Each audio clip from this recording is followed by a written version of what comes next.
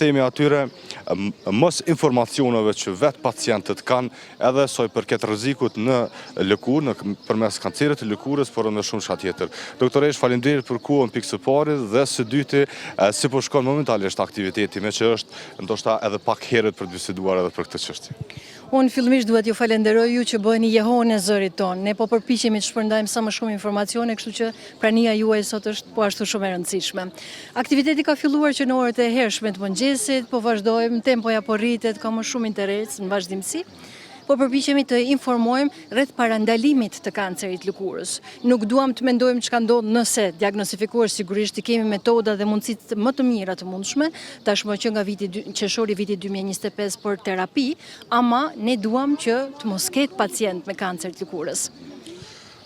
Kemi ndonjë shifër, një statistik, sa është numri atyre personave që janë të prekur me këtë sëmundje në lëkurë? Faktikisht numrat nuk kemi një regjistër të mirëfill që mund të përfshijë të gjitha qytetet e Kosovës. Ne dje kishim një takim multidisiplinar pikërisht për të njëjtën çështje dhe kolegët e onkologjisë, klinikës së onkologjisë ofruan disa të dhëna të pacientëve që po trajtohen aty me melanoma. Dhe ishin diku 36 pacientë së fundmi që ishin duke marrë terapi biologjike. Po ky nuk është një numër përfaqësues sepse nuk e di me të vërtetë sa të tjerë pacientë janë me melanoma në faza më hershme që nuk trajtohen me terapi onkologjike. Është kjo mungesë e vetëdijësimit, është mungesë e informacioneve apo edhe diçka tjetër që ne ndoshta edhe unë personalisht nuk i di se cilat mund të jenë se si të mbrohemi në fakt nga kanceri i lëkurës. Kanceri i lëkurës nuk është vetëm melanoma dhe këtë duhet ta kuptojmë. Llojet e tjera të kancerit të lëkurës ndoshta nuk përfundojnë me vdekje, po ashtu e shpërfytyrojnë pacientin. Kështu që po ato janë shumë të rëndësishme dhe janë në numër shumë më të madh se sa melanomat. Kanceri i lëkurës është një ndër më të parandalueshmit në botë, po ende sot ka vdekje nga kanceri i lëkurës dhe kjo është vdekje pa nevojshme. 90%, madje edhe më shumë se 90% e kancerit lëkurës shkaktohet nga rrezet ultraviolet. Po pse mund parandalohet? Sepse shihet me sy të lirë dhe i vendi i parë ku duhet të drejtoheni është te dermatologu për një kontroll me dermatoskop. Ne kemi arritur me të vërtetë të bëjmë një revolucion, mund të them, në këto 5 vite fushat që po bëjmë të euromelanomës. Para vitit 2021, pra në 2020-an, në klinikën e dermatologjisë ka pasur vetëm 197 kontrolle me dermatoskop për gjithë vitin. Në vitin 2025 të dhënat e fundit kemi mbi 2000 raste, pra 10 fishohet numri i kontrolleve me dermatoskop dhe sigurisht kjo është falas informacionit.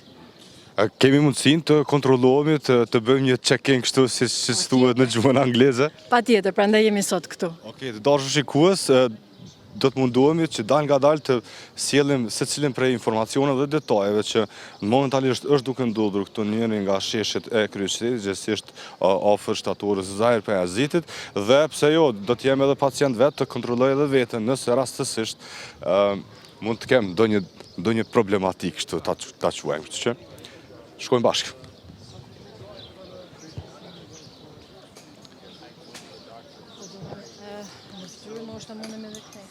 Okej, pa problem. Ndonse po shihet të dashur shikues që kemi goxha shumë kohë interesim edhe brenda tendës për të kontrolluar, padyshim secila prej kontrollave është një preventiv në vete, e para dhe e dyta marrin dhe informacione ekstra shtesë se si të ruhemi nga kjo sëmundje. Po solariumet mira po ka solariumet. Slogani si vjetshëm është mos i beso gjepurave, që do thot jo çdo i dytë influencer që del dhe flet për kancerin e lëkurës apo për SPF apo për solarium ka të drejtë. Ne po organizojmë disa mini video nga kolegët që t'i shpërndajmë dhe të hedhim poshtë këto mite dhe informacione të gabuara.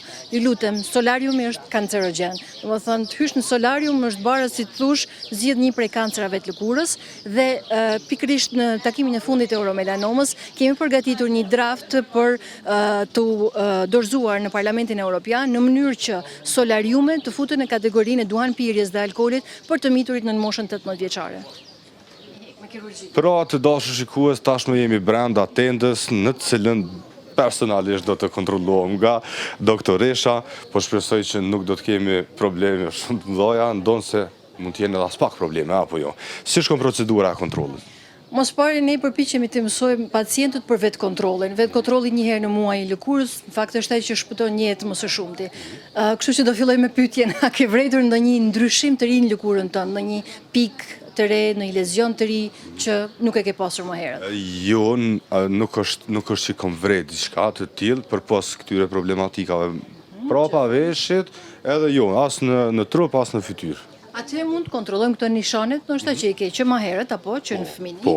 A ke vretur ndonjë ndryshim të tipit asimetri, ndryshim të ngjyrës? Nuk duket që janë rritur apo që kanë ndryshuar ngjyrë ose diçka. Se për ne e rëndësishme është ABCDE-ja e kancerit lëkurës. A do thot asimetri, nëse bëhet asimetrik, B janë border, kufit e çrregullt, C është ngjyra heterogjene apo që ndryshon, D diametri mbi 6 mm e më shumë, por duhet them që rekordi i melanomës më të vogël është gjysmë milimetri, kështu që jo patjetër janë mbi 6, dhe E evolucioni, mënyra se si ndryshon në kohë. Dhe nëse një lezion paraqitet dhe për 6 javë më shumë nuk shërohet plotësisht, patjetër është një lezion që duhet kontrollohet sa më shpejt te dermatologu. Nisi me procedurën. Po, ne po qëndrojmë kështu sa për t'ja treguar edhe shikuesve të emisionit Fix Ku se si shkon procedura. Funksionon me dritë, unë duhet ta mbështet në lëkurën tuaj që të shohem për ndryshime. Ndoshta këtu mund vrejmë, është një nevos i rregullt. Fakti që ka edhe një rrënjë të qimes që po del nga ndryshimi na shton besimin që është benigne pra, dhe mund ta vërtetojmë me dermatoskop që s'ka ndryshime, nuk ka rrezikshmëri për malignitet. Shohim një tjetër ndryshim. Edhe ky është një nevos i rregullt epidermal, domethënë që nuk është në rritje faktikisht, është stabil, por nevoset të tilla ne mund t'i shohim paraqiten deri në moshën 35 vjeçare, kështu që janë të pritshme të ketë nevose të reja, sa më shumë që ekspozohen në diell, prandaj kujdes me diellin. Po, e me që tash jemi shumë afër edhe sezonit të veror, çfarë do të me pas parasysh secili prej nesh, jo vetëm që ikim në Bregdet, por edhe që dalim edhe në përsheshe, të cilat mund të jenë shumë shpesh dhe shumë të nxehta edhe me diellin, me rrezë dielli. Si të ruhemi më së miri prej tyre? Shumë pyetje e qelluar, se kjo është arsyeja që fushata bëhet në maj, se ne ekspozojmë më shumë gjatë diellit pikërisht për kësaj periudhe. E para duhet kuptojmë që kremi i diellit nuk është vetëm për plazh, po për 365 ditë të vitit, që do thot edhe nëse ka re, gati 70% më shumë e rrezëve ultraviolet e kalojnë në ret dhe dëmtojnë lëkurën e personit.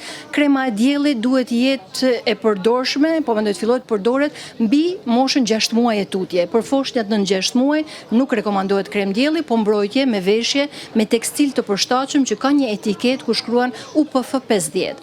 Kremën e diellit jo më pak se 30 faktor për regionin gjeografik ku gjendemi, dhe nëse do ekspozojmë më gjatë në diell 50+ dhe çdo 2 orë kur jemi të ekspozuar në diell.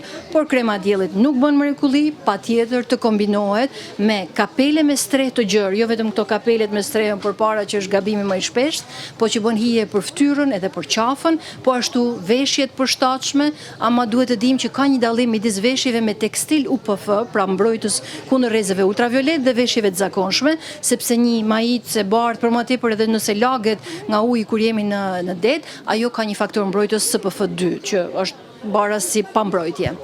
Këto janë kryesisht mos ekspozohemi në diell gjatë orarit të pikut, këto janë rregullat kryesore. Sesion tjetër edukativ dhe po ashtu informues pas këtij sesioni, pas kësaj dite, do të ketë përsëri në sheshet e kryeqytetit? Patjetër, ashtu si vitin e kaluar, ne kemi qenë edhe në qytetet të tjera, jo vetëm në Prishtinë, kështu që pas Prishtinës radhën e ka Gjilani, mandej do shkoj Mitrovic, Prizren e kështu me radhë, por nga ana tjetër jemi duke organizuar, për shembull dje patëm takimin multidisiplinar me kolegët, javën e ardhshme kemi një workshop me studentët e Fakultetit të Mjekësisë, se ato janë një eko shumë e rëndësishme e zërit ton, kështu që po përpiqemi të bëjmë trajnime në vazhdim. Doktoresh, faleminderit për kohën, na fal që e kemi penguar ndoshta pak procesin gjatë intervistimit. Vazhdojmë tani pa ndërprerje. Faleminderit shumë.